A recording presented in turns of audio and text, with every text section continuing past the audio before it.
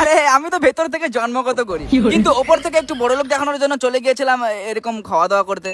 সকালবেলা মা খেতে দেয়নি, তাই আমি নিজেই বিলাতি পেঁয়াজ দিয়ে হালকা করে বিরিয়ানি তৈরি করেছিলাম। হয়তো খাওয়া দাওয়া কমপ্লিট করে হালকা করে ব্রাশ করে নিলাম, দাঁতের অবস্থা দিন দিন খারাপ হয়ে যাচ্ছে। তারপর একটু বুট ছুট লাগিয়ে বেরিয়ে পড়লাম আমার বান্ধবীকে নিয়ে। তোমরা হয়তো কেউ কেউ একটা ভিডিওতে দেখেছো আমার বান্ধবীকে সার্ভিসিং করাতে গিয়ে আমি ঘুরে এসেছিলাম। হ্যাঁ, তাই আর কি আজকে আবার চলে গেছিলাম দুর্গাপুর আমার বান্ধবীকে সার্ভিসিং করাতে। আর এরা বললো সার্ভিসিং হতে 2 থেকে 3 ঘন্টা সময় লাগবে। তাই ভাবলাম এখানে না দাঁড়িয়ে একটু ঘোরাফেরা করি। হে ইয়ো ইয়ো, আমি তোমাদের আলামিন র্যাপার ভাই পেশাব করতে যাই। আর হ্যাঁ, এরকম র‍্যাপ করতে করতে ঢুকে গেলাম একটা মলের ভেতর। আর আমি যে জন্মগত গরিব এটা যেন কেউ বুঝতে না পারে, তাই ভাবলাম একটু বড় লোকদের মতো খাওয়া দাওয়া করবো। তাই একটা দোকানে গিয়ে বললাম আমাকে ঘুগনি মুড়ি দাও। আর এরা বলছে আল্লাহ তো গুলো হাত পা দিয়েছে, নিজে লিয়ে খেতে পারো না। হয় এই কথাটা এদের মুখ থেকে শুনলাম, ঠিক আছে, বিয়ের পর বইয়ের মুখ থেকে যেন না শুনতে হয়। এখানে ঘুগনি মুড়িতে পাওয়া যায়নি, তবে যে খাবারগুলো ছিল সেগুলো আমি নামই জানি না ঠিক মতো।